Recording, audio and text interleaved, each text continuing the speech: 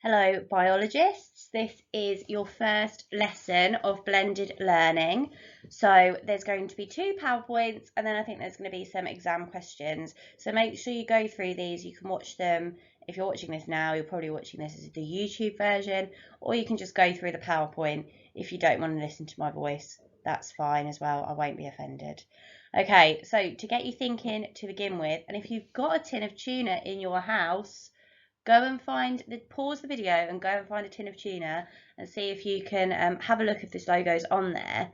But what I want you to think about is why is this logo quite often on tins of tuna? So I can see that's not a tuna in the logo, it's a dolphin. So why does it matter if my tuna's dolphin safe?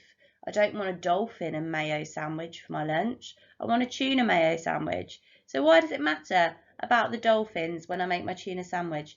Pause the video and have a think. Okay, so hopefully you got that. Of course, it's how the tuna tend to live in parts of the world where there are dolphins. They live in quite warm seas. They're also massive fish. Google a picture of a tuna. They are huge. And they're because they're huge, if you think about the size of the nets they'd have to use to catch them, they might be also catching some dolphins. So they need to be pretty careful. So obviously we don't want to be catching dolphins.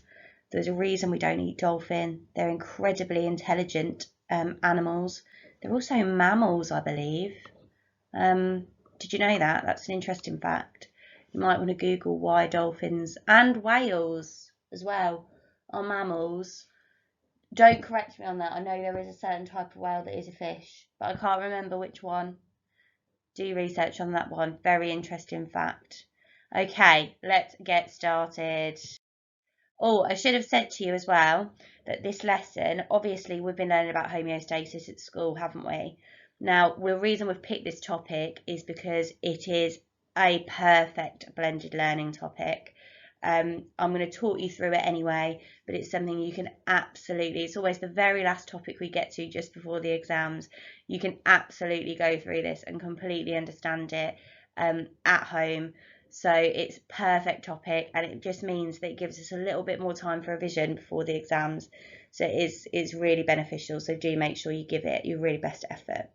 So we're going to be explaining the importance of food security over the next couple of lessons. Very exciting topic, very interesting, very topical. I might see if I can scope out some documentaries on BBC iPlayer for you to watch about it as well. I think you'll have quite a lot of knowledge about it too. You like when I've taught this before, you generally do have some like context. Your revision guide pages are pages 123 and 124. So if you want to follow along in the revision guide, feel free. Right, let's go. Okay, so food security is all about having enough food to feed the population. So obviously now we've got a lot of people living on planet Earth. And we could just, we can't just grow, even if we're using all the available land, that's not like, that does not mean we've got food security. It means that every single person has got to be able to access the food they need, either by growing it or buying it. I can't grow my own food. I haven't got time. I've got to be able to buy it. So it's giving people the option. Without food security, people end up malnourished. That might be something you need a definition for. If you're not sure what malnutrition means, look it up in your revision guide glossary. And they might even starve. And there are increasing numbers of biological factors for food security for people around the world.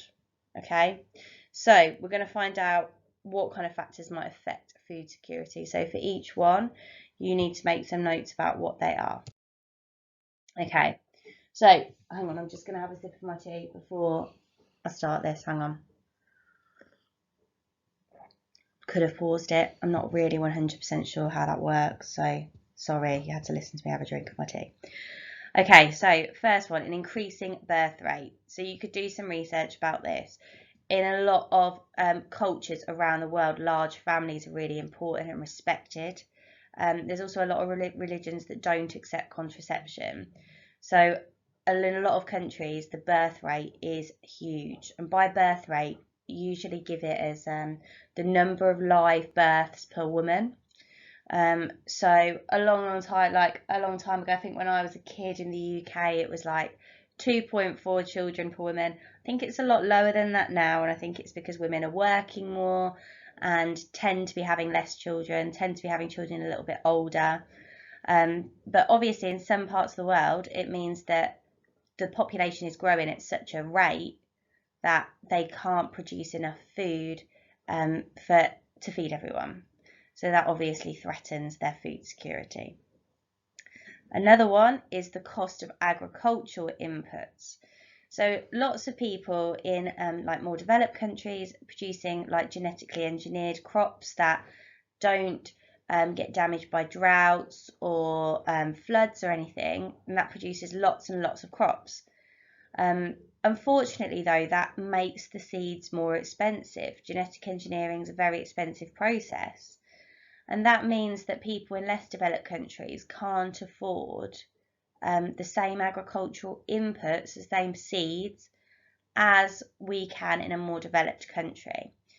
Likewise, irrigation systems. If you're not quite sure what an irrigation system is, have a Google of that. It's about how farmers water fields. Fertilizers and pesticides all cost money to buy. So if you're a like simple farmer in a less developed country, like, and by simple I mean like, you know, no fancy irrigation system, no fertilizers, no pesticides, you're not going to be producing as much as high of a yield as someone in a more economically developed country. So again, that's another threat to food security. Two more here. So we've got new pests and pathogens. So it gives you an example there with sheep and cattle in the UK, something called blue tongue. I remember as a kid, and I bet if you ask Mrs. Pabler as well, foot and mouth being a really big problem in the UK. So maybe Google a news story on that. That was huge news at the time, and it was horrible disease that was spreading through farms, and it meant that farmers were having to kill entire herds of cattle and sheep. It was really, really sad and really difficult for a lot of farmers. So that something like that obviously does threaten food security, because there were milk herds and meat herds likewise. So yeah, that was not very nice. Another one, changing diet. So people, especially in more developed countries, looking for like quite interesting food. Here's an example for you. This was in the news today. I'll find the news story and we'll send it to your teams. Avocados are apparently, obviously, super trendy. All the hipsters are putting avocado on their toast, posting it to the gram, aren't they? So, as an example, the avocado production in Mexico is apparently mostly controlled by drug cartels, and there's quite a lot of violence, quite a lot of human trafficking and stuff involved in avocado production.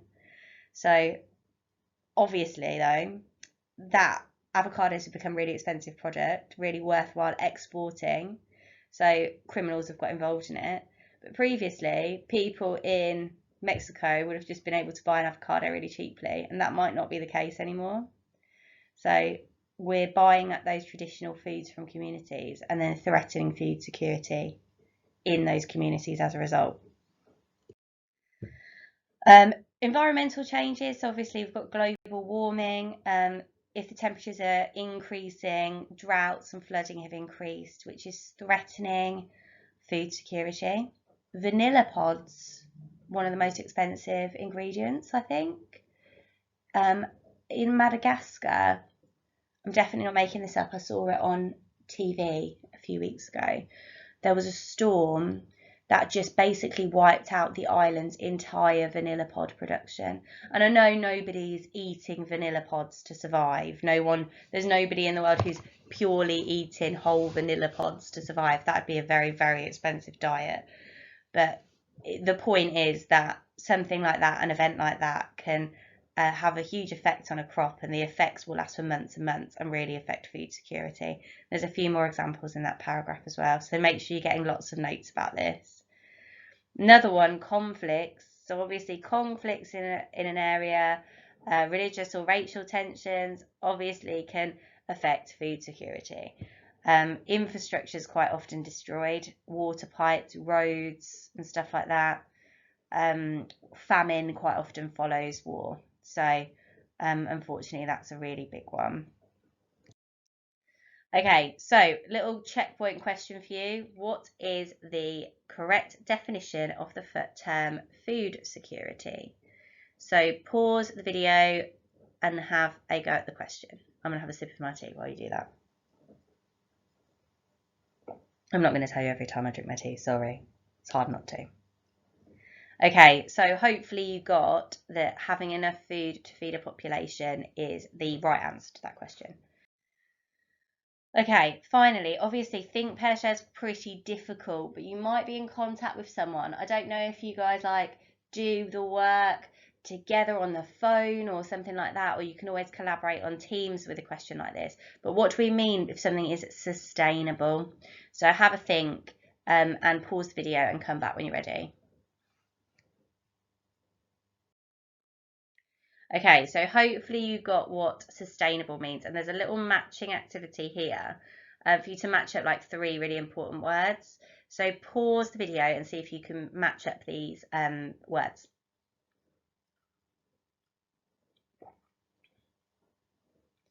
Okay, so you should have got that food security is having enough food to feed a population. Should have got that one. Sustainable food production is about producing foods that can supply the whole human population and can continue to do so for many years. So something like if I plant some carrots, this is a bit of gardening trivia for you. So, okay, if I plant some carrots in my garden, they'll grow and I'll get some carrots, but then that will be it. But if I plant an apple tree, every single year I'll be getting apples. So an apple tree would be a much more sustainable choice than planting the carrots. Finally, the final word on here is malnutrition. So malnutrition is a lack of proper nutrients. Sometimes leads to deficiency diseases, which you might have done at Key Stage 3. Okay, right, so interesting, again, quite topical. This, like, when I was a kid, this must be like the 4th time I've said that. Sorry, I literally sound 1 million years old. And obviously I'm only 21, so, but I remember a time when like eating cod was like you couldn't get cod because they weren't allowed to fish cod for a while. So if you went to get fish and chips, you couldn't get cod and chips because cod was really, really overfished in the sea. So this is because more people are eating fish than they used to. Fish has become a lot more accessible as a product for people. And it's being caught by destructive methods. I'm going to find another documentary for you to watch about this as well. You're going to have so many to watch. It's going to be great. They use enormous nets and they just basically drag them across the sea floor and they catch absolutely everything. And they end up having to throw some of it back, and it might have already died. So that would be a massive waste, obviously. But they just take absolutely everything out. So rather than leaving the fish that can breed and go on to produce more fish, they take them out, they die, and then obviously it becomes unsustainable. So if you look at the pictures here, you've got 1900 and the colours show the stocks of fish. Okay, this is the year 2000. The white area, by the way, is the sea. That's quite hard to tell. So, and the light green area is land. So you can see there, that just shows you what a massive decrease in fish stocks there has been in the Atlantic since 1900, which is such a shame. So this is because of overfishing. So the global fishing fleet is 2 to 3 times larger than what the oceans can sustainably support.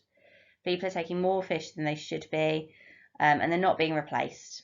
Okay, so cod are at risk of disappearing from the northwest Atlantic, and that's why you can buy like fish fingers from other fish, not just cod. So it's a bit more sustainable. So you've got to watch this clip from Wicked Tuna and you've got to answer the following questions. Okay, so what regulations are in place about fishing tuna? How does this affect the tuna population? And how might methods like this protect fish that are endangered? So this links back to the tin of tuna starter that we did. So you've just got to watch the video and you'll have to click on that link from the PowerPoint version. Okay, so watch the video and see what you think. Okay, so and these are the questions, so you can write them here. So hopefully you've got some answers to them. Pause it if you haven't already, because I'm going to go through them.